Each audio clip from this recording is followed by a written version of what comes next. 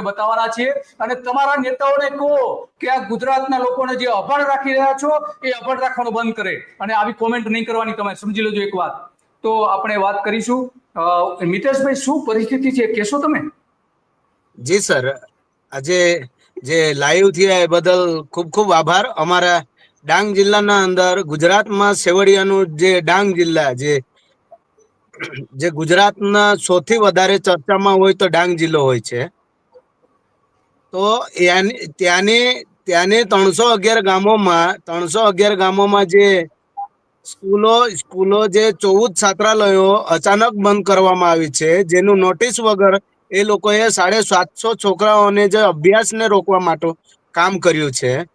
એના થકી અમે 10 દિવસ અગાઉ અમે એ લોકોને આવેદન પત્ર આપ્યું છે સરકારને કે આ જે 14 છાત્રાલયો છે એ લોકોને કેમ બંધ કરવામાં આવી છે.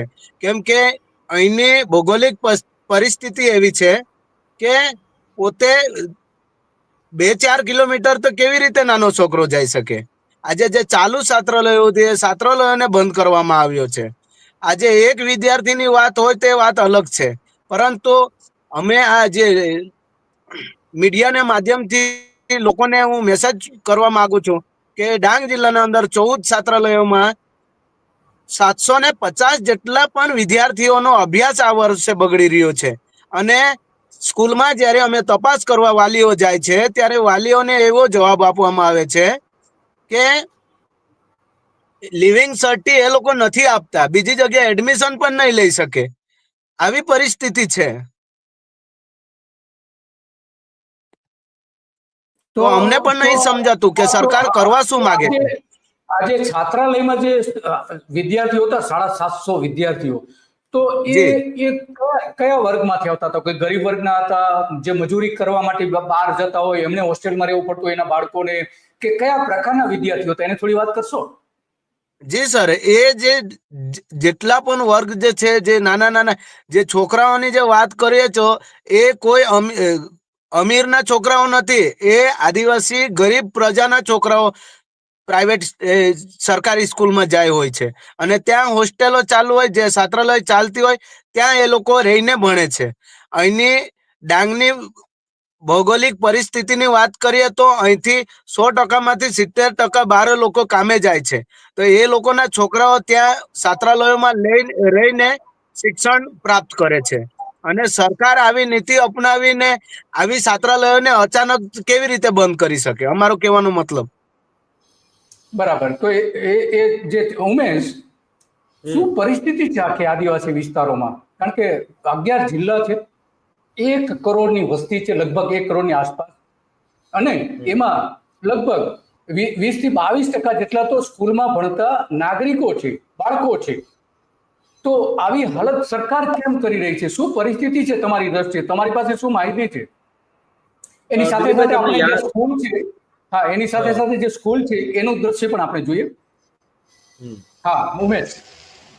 એટલે દિલીપભાઈ, તમને યાદ હશે કે થોડા સમય પહેલા, એટલે કે લગભગ 2-3 વર્ષ પહેલાની આ વાત છે, આદિવાસી વિસ્તારમાં લગભગ 5 થી 6 હજાર શાળાઓ બંધ કરવાનું એક જે છે વાત સામે આવી છે. તો સરકારે અનેક શાળાઓ, કે હજારોની સંખ્યામાં શાળાઓ ફક્ત એટલા માટે બંધ કરી દીધી કે ત્યાં પૂરતા પ્રમાણમાં વિદ્યાર્થીઓ નહીં એવી એક બહાનું કાઢીને એમની 5 થી 6 હજાર શાળાઓ બંધ કરી દીધી હતી.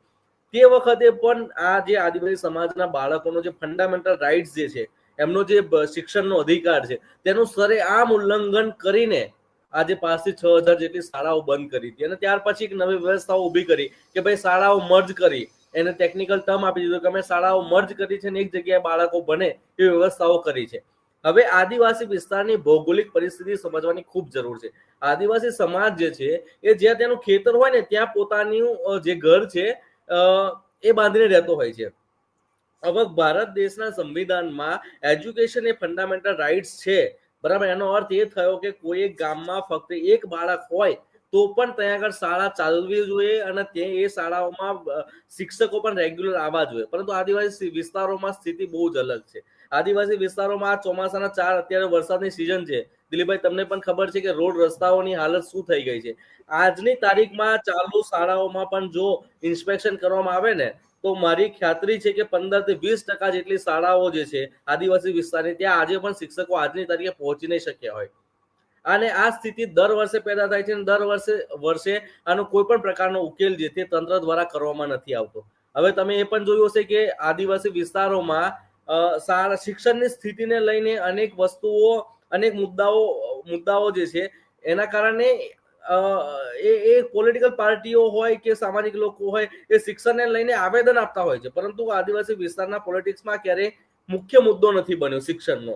બરાબર, જ્યારે 6000 જેટલી શાળાઓ બંધ કરવામાં આવી હતી ત્યારે દરેક પાર્ટીના ધારાસભ્યો સાથે મળીને આની રજૂઆત કરી હતી અને સરકારે ટેકનિકલ ટર્મ આપી દીધો હતો કે અમે મર્જ કરીએ છીએ, પરંતુ ત્યાર પછી એ શાળાઓ બંધ કરી દેવામાં આવી. શિક્ષણની સ્થિતિ, બીજી એક વસ્તુ એ જે પોસ્ટ મેટ્રિક શિષ્યવૃત્તિને લઈને ગયા વર્ષે જે આટલું મોટું આંદોલન થયું, લોકોએ ગાંધીનગર આવીને તેમનો ઘેરાવો કર્યો, ત્યાર પછી સરકારે શરૂ કરી દીધી. બરાબર, એ વચ્ચે ભાજપના જે આદિજાતિ મંત્રી છે, બરાબર, કુંવરજીભાઈ હળપતિ, તેમને કહ્યું કે આવી કોઈ શિષ્યવૃત્તિ જે છે એની સ્કીમ જે છે ગુજરાત સરકારમાં ચાલતી જ નથી. બરાબર, હવે સરકારે ફરી ચાલુ કરી, તો જે ચાલતી નથી કેવી રીતે શરૂ કરી? એટલે જે આદિવાસી સમાજનું પ્રતિનિધિત્વ છે કે જે અત્યારે અહીંયાથી ધારાસભ્યો બનીને, સાંસદો બનીને, મંત્રીઓ બનીને જે ચૂંટાઈને સરકારમાં જાય છે, એ લોકો એક્ઝેક્ટલી શિક્ષણની સ્થિતિને લઈને મને લાગતું નથી કે એટલા અવેર હોય અને એના કારણે આ પ્રકારની સ્થિતિ સર્જાઈ છે. યસ, હા ઉમેશ, હા એ તમે જે વાત કરી છો એને સપોર્ટ આપતો એક ડોક્યુમેન્ટ આપણી પાસે છે. આમાં એવું કહેવામાં આવે છે કે 1986 સુધી, એટલે કે ભારતની જ્યારે આઝાદી મળી 1950 થી 1986 સુધી જે શાળાઓ, આદિવાસીની શાળાઓ હતી એ 512 શાળાઓ હતી, છાત્રાલયો 512, અને અત્યારે છાત્રાલયો એનાથી ઘટી ગઈ છે.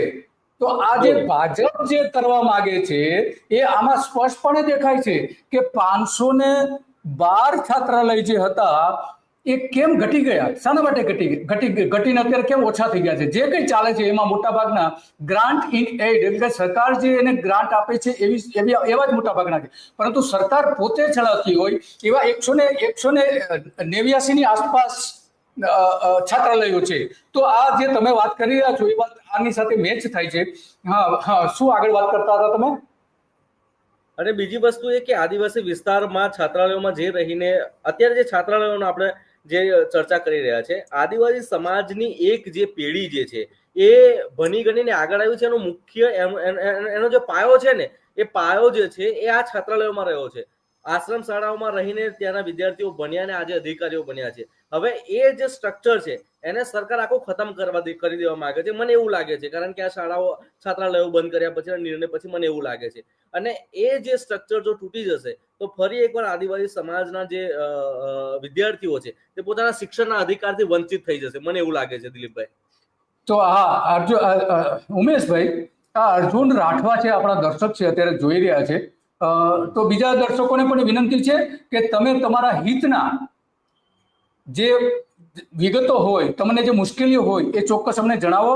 એ કહે છે કે ગુજરાતની સરકારી શાળાઓમાં કે જેમાં રહીને વિદ્યાર્થીઓ શાળા કોલેજમાં ભણે છે એ છાત્રાલયો હજુ પણ વિદ્યાર્થીઓને પ્રવેશ આપવામાં આવ્યો નથી. ઉમેશ, તમે જે કહી રહ્યા છો એ જ આ વાત કરી રહ્યા છો અર્જુનભાઈ રાઠવા. આના કારણે વિદ્યાર્થીઓ પ્રથમ સત્રના શરૂઆતના અભ્યાસ કરી શકતા નથી. તો આ તો કઈ રીતે ચાલી શકે? વિદ્યાર્થીઓ પોતે જ અભ્યાસ ન કરી શકે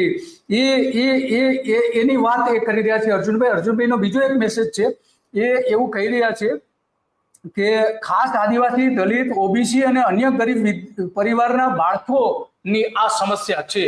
તો સ્પષ્ટપણે આમાં થાય છે કે અત્યારની ભારતીય જનતા પાર્ટીની ભૂપેન્દ્ર પટેલની સરકાર છે કે જે સંઘમાંથી આવે છે, આ બધા નેતાઓ, RSS માંથી આવે છે નેતાઓ, એ શું કરી રહ્યા છે એ સ્પષ્ટપણે આમાં દેખાય છે. ઉમેશ, તો આપણે ફરીથી આપણે જઈશું ઉમેશ કે આ જે ચાલી રહ્યું છે એ ખરેખર કેટલા અંશે યોગ્ય છે એની આપણે ચર્ચા કરીશું. ચર્ચા એટલા માટે કરવી છે નિલેશભાઈ કે આ માત્ર એક જ વિસ્તાર પૂરતો પ્રશ્ન છે કે આદિવાસી વિસ્તારોમાં જે બાળકો છે એનો અભ્યાસ કઈ રીતે ચાલી રહ્યો છે? શિક્ષકો છે પૂરતી શાળાઓ છે તેમાં વર્ગખંડો સારી હાલતમાં છે, એને બીજી જે ફેસિલિટી, પાણી છે, એમનું બાથરૂમ છે, વોશરૂમ છે, એ સરકાર આપે છે ખરી? અને કેવી હાલત છે એ જરા કહેશો? એ પેલા એક વિડીયો જોઈ લઈએ નિલેશભાઈ જી. કે એક શાળા હતી એ જે શાળામાં બાળકોને તાત્કાલિક બહાર કાઢ્યા અને એ શાળા તૂટી પડી. આ તમે જોઈ બરાબર. શકશો અને તમે કહી શકશો કે આ ત્યાંની છે.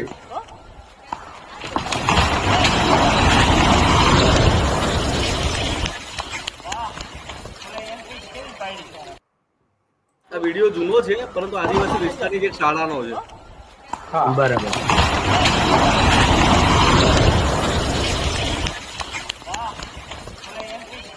તો આવી હાલત છે શાળાઓની. તો ત્યાં કેવી પરિસ્થિતિ છે નિલેશભાઈ, એ વાત કરશો? આજે જે ચોક્કસ હું વાત કરીશ કે જે મુદ્દા આપ ડાંગના પંચાયત વિભાગ અંતર્ગત આવતા છાત્રાલયના કર્મચારીઓને છેલ્લા 18 મહિનાથી પગાર ચૂકવાયેલો હતો. આથી તેમણે ગુજરાત હાઈકોર્ટમાં અરજી કરી હતી. ગુજરાત હાઈકોર્ટે આખો વિડિયો જોવા માટે ડાઉનલોડ કરો દિવ્ય ભાસ્કર એપ.